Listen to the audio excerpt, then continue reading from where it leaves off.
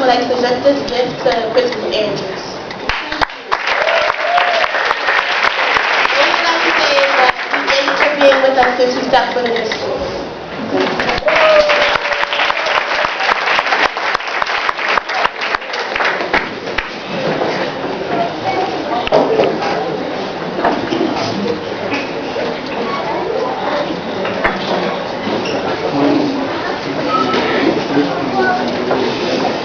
The class of 2010 would like to present Ms. Ambrosio with a gift.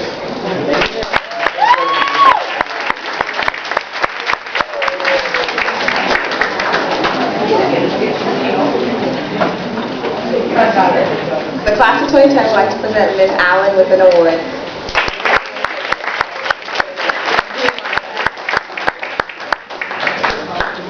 Go Devin!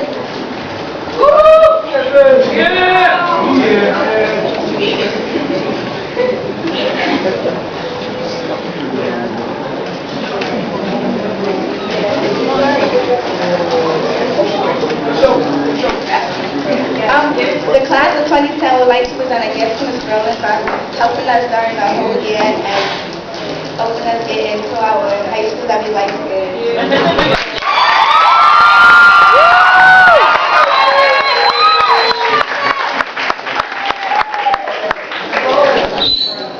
Good morning, Ms. Andrews, Ms. Allen, Ms. Ambrosio, parents, teachers, and fellow graduates. I would like to thank a special person who has been with us throughout our senior year. This person has taken her time out to come in every morning and help both Ms. Francis and us students with various lessons. She helped quite a number of us with the yearbook and came in when Ms. Francis was sick. She influenced a lot of us to work hard, and this special thanks goes to Ms. Candy Johnson.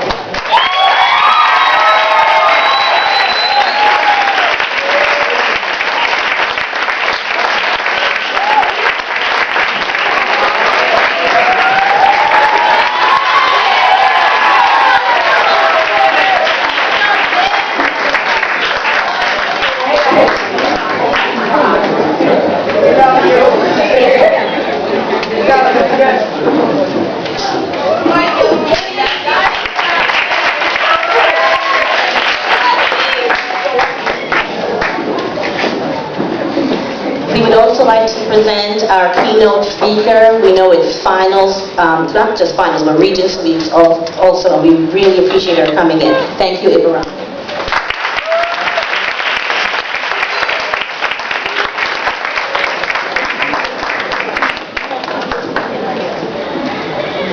Last but not least, in the news that Ms. Grant will no longer be in the position of parent president, or co-president, we also have appreciated her dedication, her support, and her working with the seniors, and now for the last 4 years. Ms. Grant has always been there in the DJ capacity, finding a DJ, emceeing, being put on the spot last year at Franklin Gardens High School and told that she was going to do the national ceremony for that particular event. She always is there tirelessly to provide us with her support, her inspirational messages, and her words of kindness, and is very confident to always be there in the supporting manner. We'd just like to present Ms. Grant with this little token of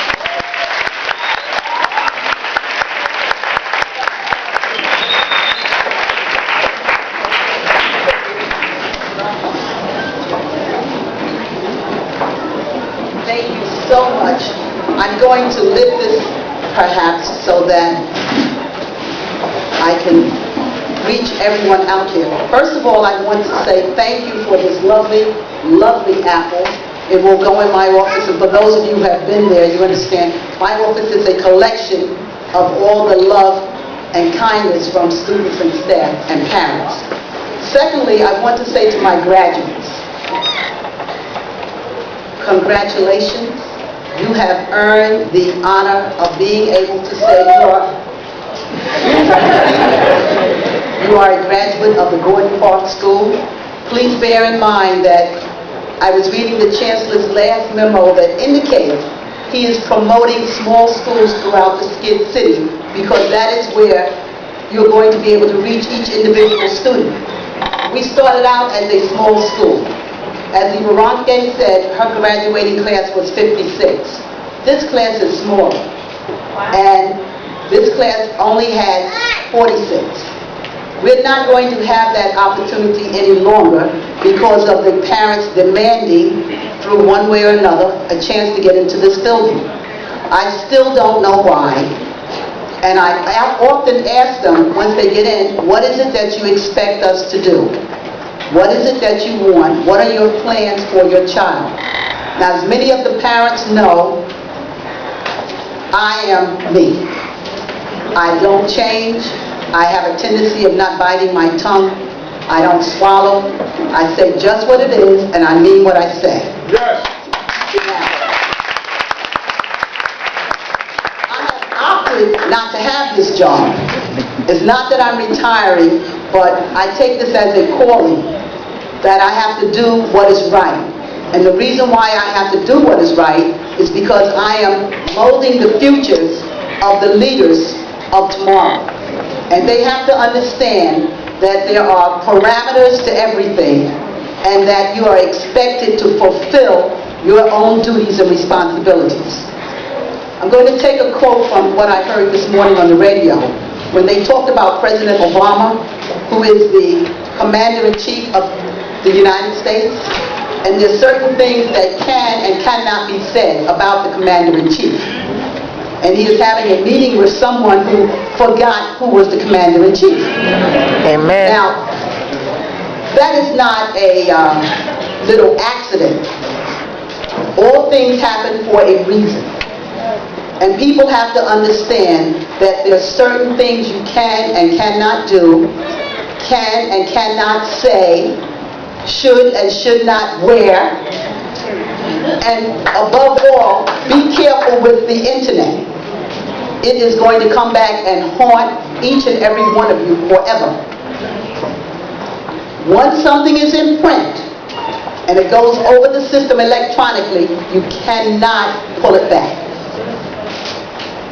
Please be very careful. Your futures are out there. You have to do what is supposed to be done.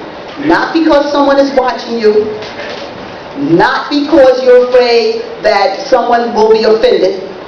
Do what is right because it is the right thing to do. Period. There's no other way.